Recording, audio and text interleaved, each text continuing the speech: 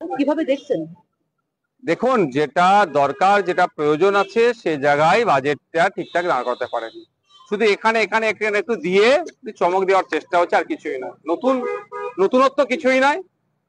শুধুমাত্র যেভাবে নদী ক্ষয়ের ফলে মানুষ ক্ষতিগ্রস্ত হচ্ছে সেটার জন্য, এবং ঘাটার মাস্টার প্ল্যানের ব্যাপারে এটা হয়েছে। কিন্তু দুর্ভাগ্যের বিষয়, সরকারি কর্মচারীদের যেটা প্রাপ্য, তাদের হকের প্রাপ্য, সেটা তাদেরকে দেওয়া হচ্ছে না। মাত্র 4% দিয়েছে। আমরা বারবার বলছি, খেলা মেলা করে যখন হাজার হাজার কোটি টাকা বিভিন্ন জায়গায় খরচ হচ্ছে, সেখানে সরকারি কর্মচারীদেরকে কেন তাদের হকের দিয়ে বুঝিয়ে দেওয়া হচ্ছে না? এই সরকার, এখন যারা সরকারে আছে, 2011 সালে আগে তারা অপোজিশনে ছিল, তখন তারা বলেছিলেন কেন্দ্রীয় সমাহারে যে সরকার দিয়ে দিতে পারে না তাদের সরকারে থাকা অনুচিত, ছেড়ে দেওয়া দরকার। তাহলে আজকে কেন দিতে পারছে না? অন্যান্য ক্ষেত্রে যেগুলো অপ্রয়োজনীয় আমি মনে করছি, সেখানে হাজার হাজার কোটি টাকা খরচ করছে। আর একটা সরকার এগিয়ে যেতে, সরকার যেটা চলছে পশ্চিমবাংলায়, যারা অগ্রণী ভূমিকা রাখে অবশ্যই আমাদের সরকারি কর্মচারীরা, তাদের অক্লান্ত পরিশ্রমের ফলে আমরা একটা, তারা আমাদের রাজ্য এগিয়ে যাচ্ছে। কিন্তু দুর্ভাগ্যের বিষয়, তাদেরকে তাদের হকে পাইয়ে দেওয়া হচ্ছে না। আর বিভিন্ন ক্ষেত্রে যেগুলো এসেছে, বরাদ্দের পরিমাণ আপনি অনেক দেখবেন। মাইনরিটি ডেভেলপমেন্টের জন্য 5,600 কোটি টাকা, লাস্ট ইয়ারে ছিল 5,500 কোটি টাকা, তার আগের ফিনান্সিয়াল ইয়ারে ছিল আপনার প্রায় 5,000 কোটি টাকা। কিন্তু end of the day, end of the year আপনি কি দেখবেন? 13, 14, 15, 16% খরচ হচ্ছে। লাভ কি হবে? ট্রাইবাল ডেভেলপমেন্টের জন্য দেখুন, একইভাবে বরাদ্দের পরিমাণ শুলে জানটা ঠান্ডা হয়ে যাবে। এত টাকা দিচ্ছে আদিবাসীদের উন্নয়নের জন্য, কিন্তু আদিবাসীদের দুরবস্থা ঘোচানোর জন্য টাকা কিন্তু খরচ হয় না। টাকার পরিমাণ, বরাদ্দের পরিমাণ প্রচুর দেখাচ্ছেন হেলথ ডিপার্টমেন্টে। হেলথ সেক্টরে প্রায় গত বছর সম্ভবত 26,000 কোটি টাকা ছিল।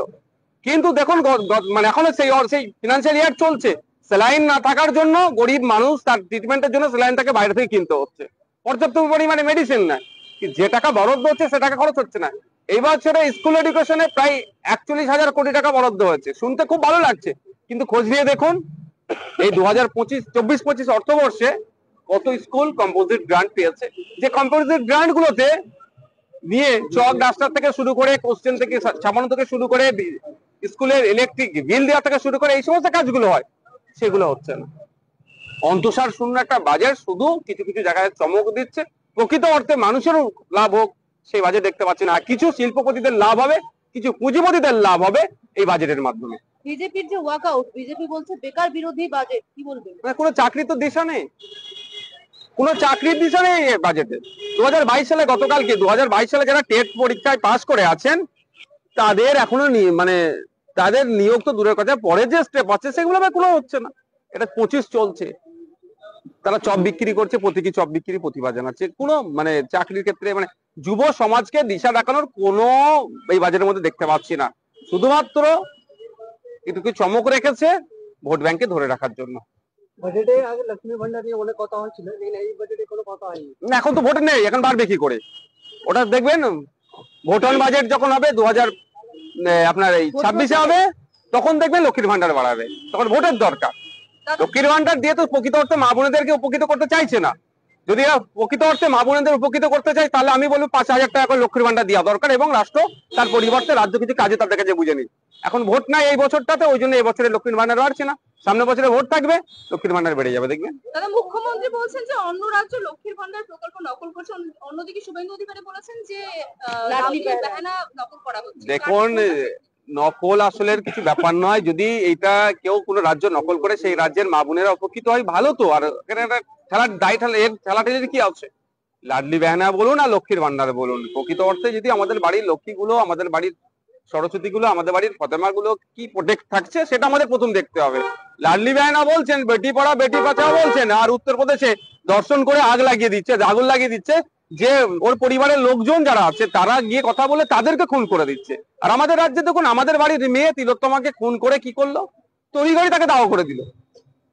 ফলে এই লক্ষ্মীর ভান্ডার, লাডলি বেহানা, বেটি পড়া বেটি বাঁচাও, এই স্লোগান দিয়ে কিছু লাভ হবে না। মহিলাদের এম্পাওয়ার করতে গেলে মহিলাদেরকে স্বাধীনভাবে টাকার ব্যবস্থা করতে হবে। মহিলাদের দিকে যারা কুনজরে দেখবে, তাদের দলমত নির্বিশেষে তাদের বিরুদ্ধে কঠোর ব্যবস্থা নিতে হবে। 26 আগে লাস্ট বাজেট, 26 ভোট আগে লাস্ট বাজেট, এই ভোট বাজেটটা এটা ফুল বাজেট আছে, ভোট অন বাজেট হবে 26-এ, দেখতে পাবে। ফল কি পড়বে 26 ভোটে? দেখুন, শুধুমাত্র ফল পড়ার জন্য নয় বাজেট গুলো, কিন্তু আমরা একটা গুলিয়ে ফেলছি। এই সরকারের চিন্তা ভাবনা হচ্ছে ভোটমুখী বাজেট করা, কিন্তু এই সরকারের ভাবা দরকার বাংলা কিভাবে ভালো থাকবে। আজকে ডেটে প্রায় দেখুন 6,00,000 কোটি টাকা আমাদের ঋণ হয়ে গিয়েছে। ঋণের দায়টা তো আমাদের বাংলার মানুষের উপরে চাপছে। 1947 থেকে 2011 সেখানে প্রায় 2,00,000 কোটি টাকা ঋণ ছিল, আর এখন এই 2011 থেকে 2025 এখানে দাঁড়াচ্ছে 6,00,000 কোটি টাকা। তো ঋণটা বোঝাটা কে নিয়ে চলছে? বাংলার মানুষের বোঝা হয়ে যাচ্ছে। মুখ্যমন্ত্রীর চেয়ারে বিগত দিনে বুদ্ধবাবু ছিলেন, তারপরে মমতা দিদি আসলেন, আগামী দিনে যে কেউ আসতে পারে, কিন্তু বোঝাটা বাংলার মানুষকে বইতে হবে। কিভাবে আমরা বোঝা বইছি? এই নিত্য প্রয়োজনীয় জিনিসের দাম বাড়ছে, জিএসটি বাড়ছে, এগুলো হয়ে আমাদের মাথা থেকে কাটিং হচ্ছে।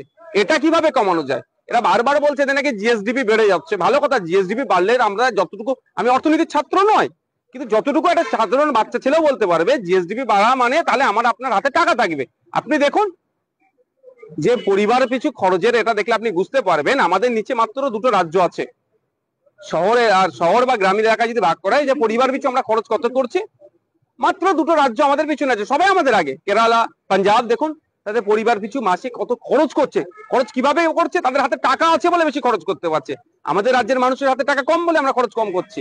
তো এরা জিএসডিপির অনেক দেবে, অনেক তথ্য দেখা দিচ্ছে, কিন্তু তথ্যের সত্যতা আর বাস্তবটা কি আছে সেটা এড়িয়ে যাচ্ছে। যখন এই প্রশ্নগুলো করছি তখনই আমরা খারাপ হয়ে যাচ্ছি। না থ্যাংক ইউ। বলছি